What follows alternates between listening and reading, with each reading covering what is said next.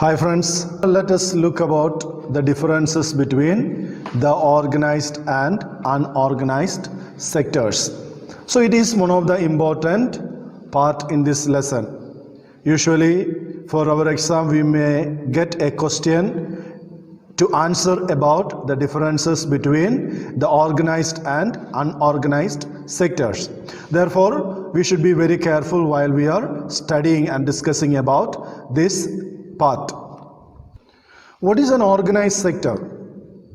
The organized sector is the sector which is working with certain terms, or the organized sectors covers those enterprises or place of work where the terms of employment are regular and therefore people have an assured work.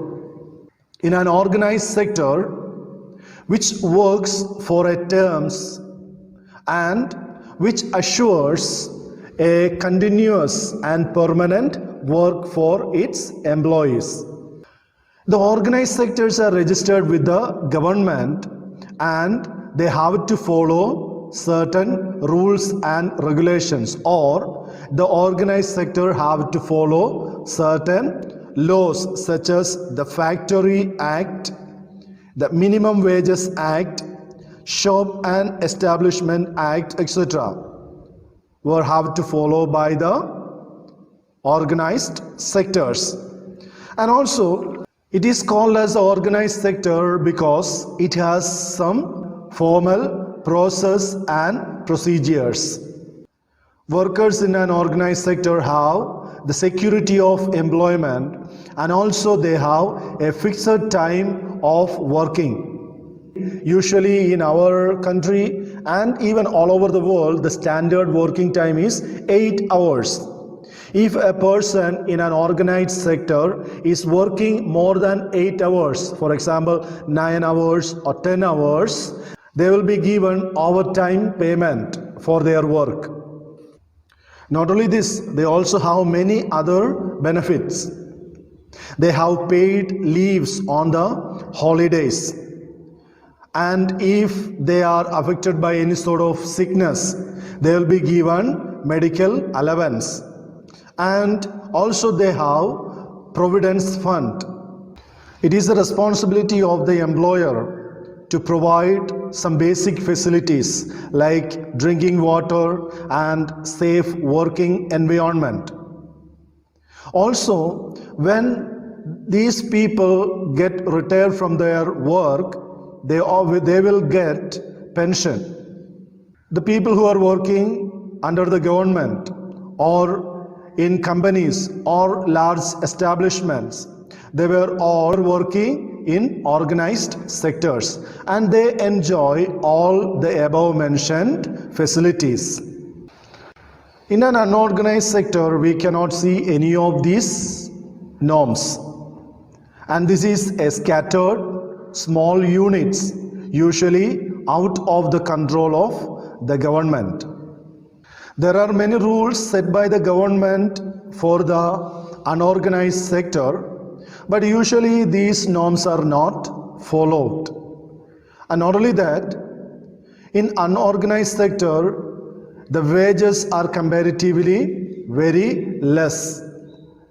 They pay very less wages in the unorganized sector, and they are not having a regular work.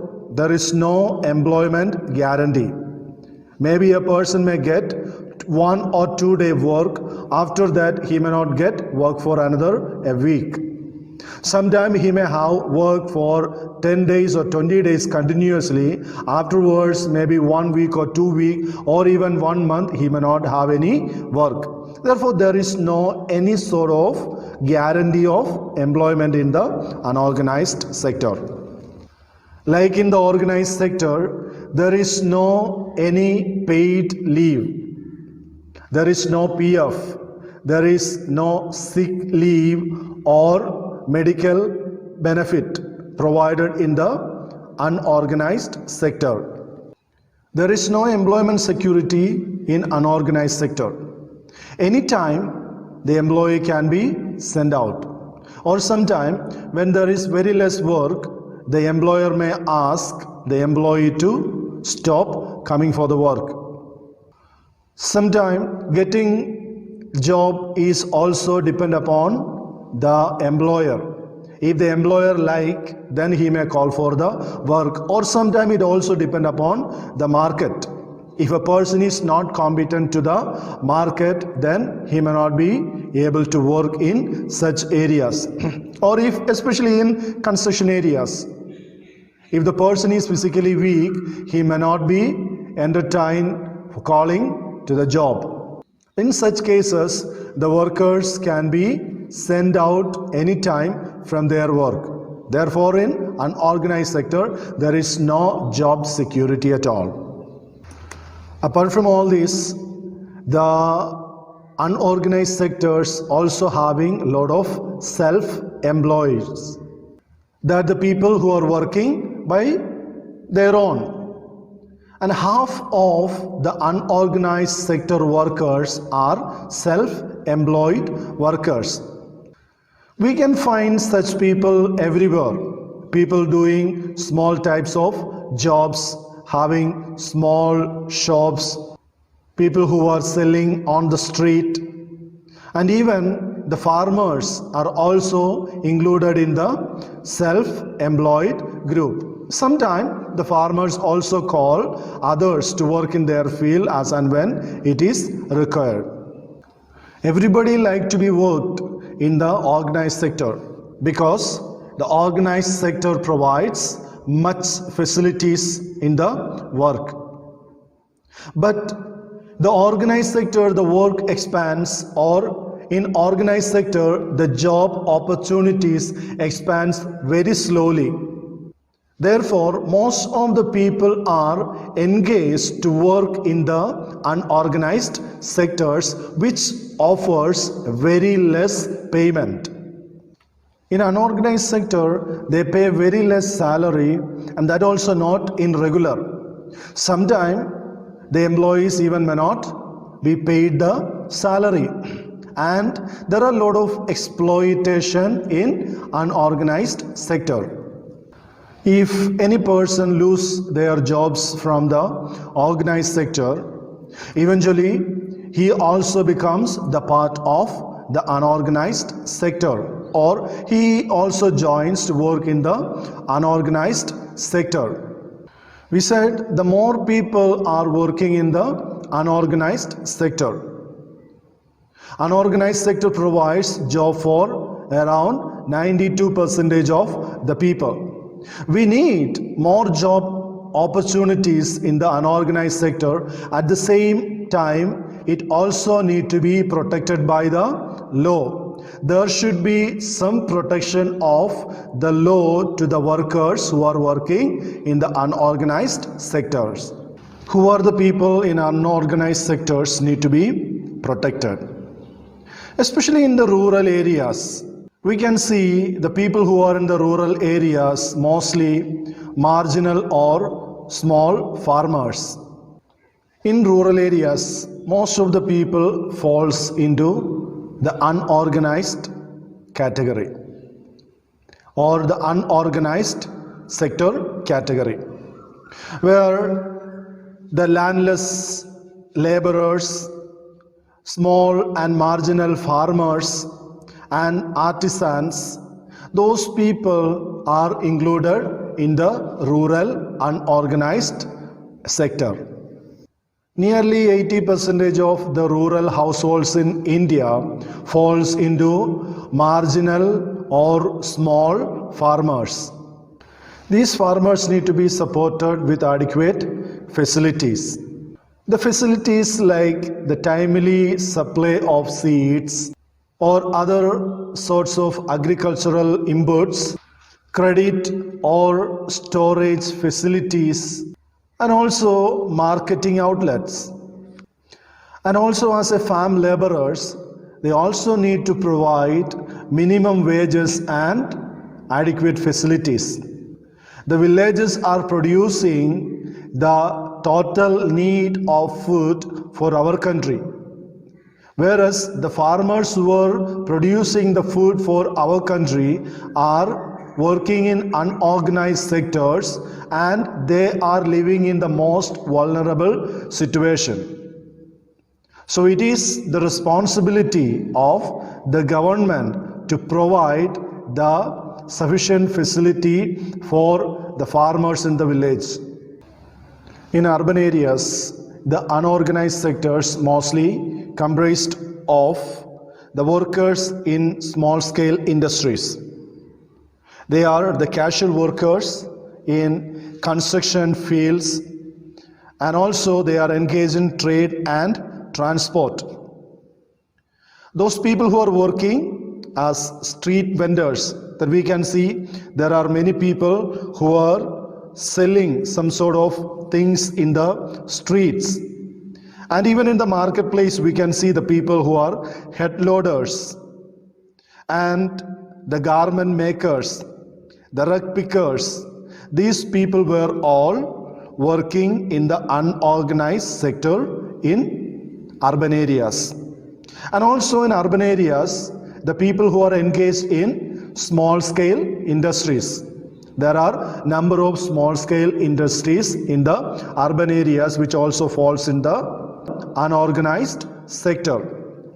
In the small-scale industry also need the support from the government for collecting the raw material for a cheaper price and also to finding out the marketing outlet for putting out the product to the market. And the casual workers, both in urban areas and in the rural areas, need to be protected. Also, we can see that the majority of the people from the scheduled tribes and the scheduled caste are working in the unorganized sector. In different way, they have been exploiting by the employers. And the situation become very much worse if the employee is a woman. Because they are already paid very less wages in the unorganized sector. And the people from the scheduled tribe and the scheduled caste, they again getting very less payment or very less wages. And apart from that, in the cities also they need to face a lot of discrimination on the basis of their tribes or caste, whatever may be the discrimination they have to face in the unorganized sectors. Therefore, the protection of the people who are working in unorganized sector is very much important for the development of the economy and the society. Because 92% people are working in the unorganized sector. When these people's working situations are changed and developed, usually it also make a development to the employees. Now let us examine both the production of goods and services and employment in the unorganized sector. The unorganized sector also contribute to the GDP. We discussed already about GDP. Don't forget what is GDP. Okay, so the unorganized sector is also contributing to the GDP. We said in the unorganized sector there are 92% of the people working. And the unorganized sector provides half of the GDP, whereas the 8% people who are working in organized sector produce the other half of the GDP. During 2004 to 2005 year, the unorganized sector produced 50% of the GDP. And don't forget that the unorganized sector comprised of 92% of the total working people. whereas the 8% of the people who are working in organized sector produced the other 50% of GDP. The unorganized sector contributed 50% of the goods and services, whereas the organized sector, which is consisting of 8% of the workers having the decent jobs, they have contributed to the another 50% of the goods and services produced in our country. When the goods and services produced by both of these sectors, the unorganized and the organized sectors, when it is reaching to the market, in organized sector it need to support only a few group of people, whereas in unorganized sector it need to support a large amount of people. Therefore, it creates an extremely unequal situation, because when the goods and services of unorganized sector reach to the market, it need to feed a large number of people, whereas the goods and services of the organized sector, when it is reaching to the market, need to feed only a few group of people. Therefore, there is an extremely unequal situation. In this, the organized sector, which is a small group of people having a privileged job, and the people in unorganized sector having an insecure and low paid jobs, or self-employed with low earning, or sometimes remains as underemployed. Maybe we can expect a question from this section that why the unorganized sector employees are remaining underemployed. As we come to know about the reality of disparity between the employment and the production, now let us think what is the solution for this, or how to increase the employment opportunities, or how to create more and better employment condition. Since there is a great difference between the production and the employment, we need to rethink about this situation and find out a solution. That the production in industry supposed to have more employment opportunities, or it's supposed to accommodate more employees, whereas it did not produce much employment opportunity, rather it increased only in the production. A large number of people supposed to have found employment opportunities in the industry and the service sector, but it did not take place. Production in industry and the service sector has increased, but it did not create any development in the employment opportunity. We have seen in the above section that how the people are working, or in which sector the people are working. We saw already that 8% of the people only work in the organized sector, and 92% people are working in the unorganized sector, where the production can give only a better life for few groups of people. That means when the 50% of the production is sold in the market, the profit or the benefit have to share by 8% people in organized sector. Whereas in unorganized sector, when the 50% of the production sold in the market, the benefit have to share by 92% of the people. Therefore, though the production increase, but the actual benefit is not reaching to the people, or not reaching to the employees. Therefore, it is very much important to create better employment opportunity for all the people. But the question is how? How can it be possible? So let us examine some of the possibilities, or let us look at some of the solutions to this problem. Let us take the case of Gayatri, who is having 2 hectares of unirrigated land. If the government spent some money, or the bank gives her some loan to dig a well, so that she will be able to irrigate her land properly, and she can go for a second crop in the Rabi season. Maybe she can cultivate wheat in the Rabi season in her field using the water irrigator from the well.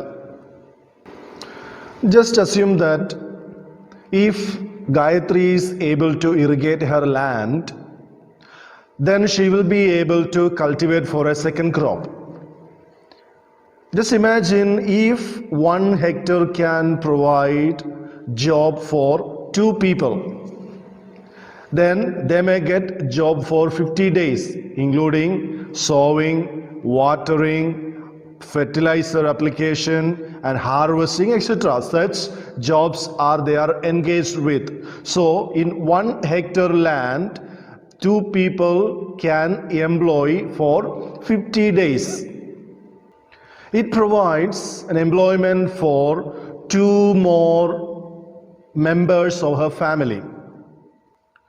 Likewise, if there are many dams are constructed and dug up many canals for the irrigation, so that there are many more farm can be irrigated and utilized to its maximum, which can provide employment for many farmers. Or when irrigation facilities are improved, the farmers' employment opportunities are also increasing. So one of the solution that we are discussing here with the example of Gayatri is that the government need to take initiative to improve the irrigation facilities. When there is an improved irrigation facilities, the farmers can grow more crops, or the farmers can go for a second crop during the Rabi season. So this will engage the farmers in the production, or it will also improve the production along with the improvement of employment opportunities. Suppose if Gayatri and other farmers produced more product, more agricultural product, then they have to transport this product into the nearby markets. They need to take it to the market for selling out. So that they need the provision of transportation, which can help them to take their product to the nearby towns. For that purpose, the government have to invest some money for the development of roads, especially to the rural areas. The rural areas, the roads need to be developed so that mini trucks can be reached everywhere, and people like Gayatri or the farmers like Gayatri can take their product to the nearby market or nearby cities for selling out without causing much expense.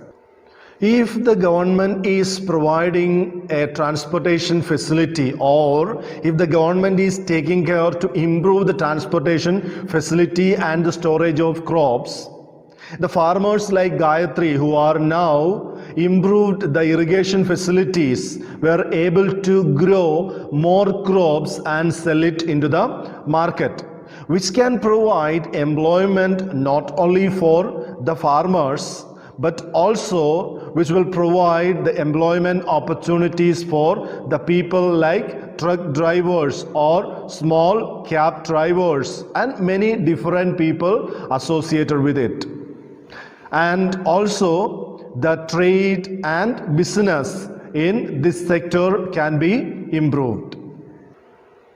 So the second point is the development of transportation. The first one we have seen that the development of irrigation. Second is the development of transportation. Okay, when there is an improved transportation facilities, the farmers will be able to take their product to the market immediately, and also it will support not only the farmers but also the service people like drivers, taxi and trade and many other businesses. It will be supported.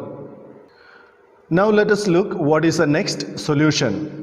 The need of Gayatri is not just limited with the improvement in irrigation or the improvement of transportation facility. Rather, it goes some more beyond than that. See to how the agricultural production, Gayatri also need seeds, fertilizers and some other equipments and investment need to be done. So now when she do not have money, what she supposed to do or what she usually do? She will go to a money lender and borrowing money for a high interest rate. And this will not lead Gayatri to a profitable production.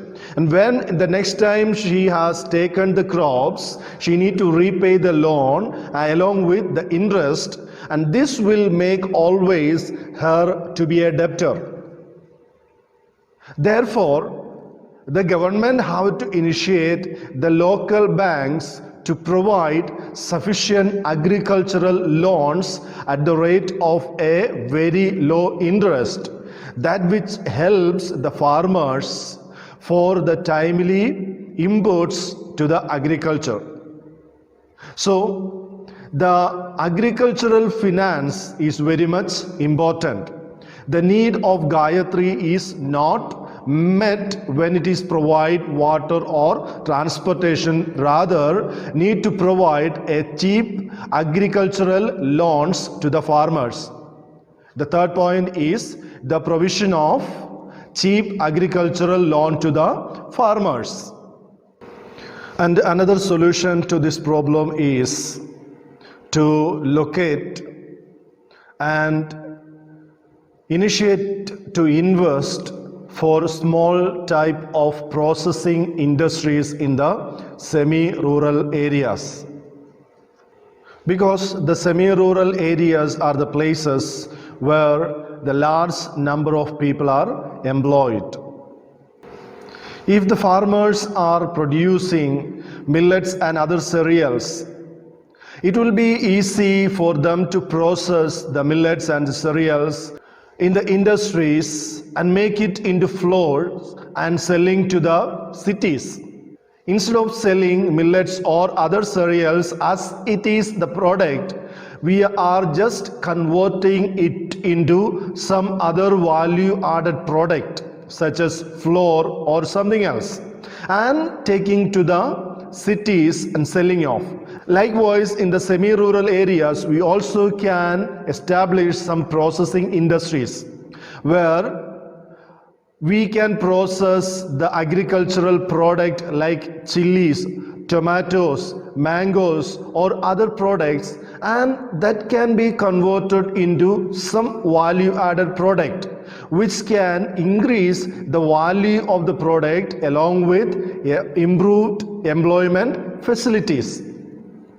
When such industries are established in the semi-rural areas, which can provide employment for a good number of people. Another solution to this problem is to open cold storage facilities. When at the time of harvesting, if there is a cold storage facilities, the farmers can store their product like chilies or some other products into the cold storage. so that when the price increase for the product, they can sell it out for a reasonable price. So that increase the income of the farmers. Also, the villages nearby the forest, in such areas, we can start honey collection centers. If we setting up a honey collection center in such areas, that will help the farmers or the people who are collecting honey from the forest can come and sell into such shops. We said 5 solutions to this problem, or the question, how can we improve the employment opportunities? So we discussed 5 solutions. The first one is providing better irrigation facilities. The second one is providing improved road facilities.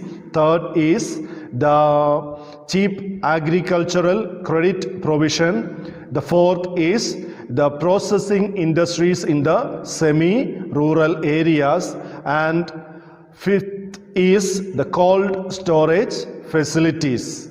These are the 5 points which we discussed as a solution to this problem. We were thinking about the solution to the problem to improve the employment opportunities. Do you think that improving the employment opportunity is all enough? I don't think so, because along with the improvement of employment opportunity, we also need to train the people. We need to train the people for working with the machineries and new working styles. Some years before, there may be people are engaged in working with hand. But now, instead of hand, people are using machines to do that work. Now the people need to be trained to use such machines. One of the example is, now everywhere we can see computer. Whether it is in a school office, even in our classrooms, we have computer labs. And if you go to any offices, in everywhere, even in a shop, if a person working in such areas do not know how to use the computer, then what would be the result? Therefore, such people need to be trained for using new machines and the improved facilities along with improving the employment opportunities. And at the same time, we also need to invest money to establish industries in the semi-rural areas and rural areas, so that which provide more employment opportunities and support the people to generate more income along with the generation of the employment opportunities. When we are investing more money for the establishment of industries in the rural areas and the semi-urban areas, it in turn increase the production of many goods. When there are many industries comes up, it also improve the production of goods in the market, so that it will be also contributing to the selection of people and what they can buy. There is a variety of choices can be given to the buyers. Today we are not only how to generate more employment opportunities, but also we need to train the people to work along with the new and improved working situations. We need to train the workers to work efficiently with the machines.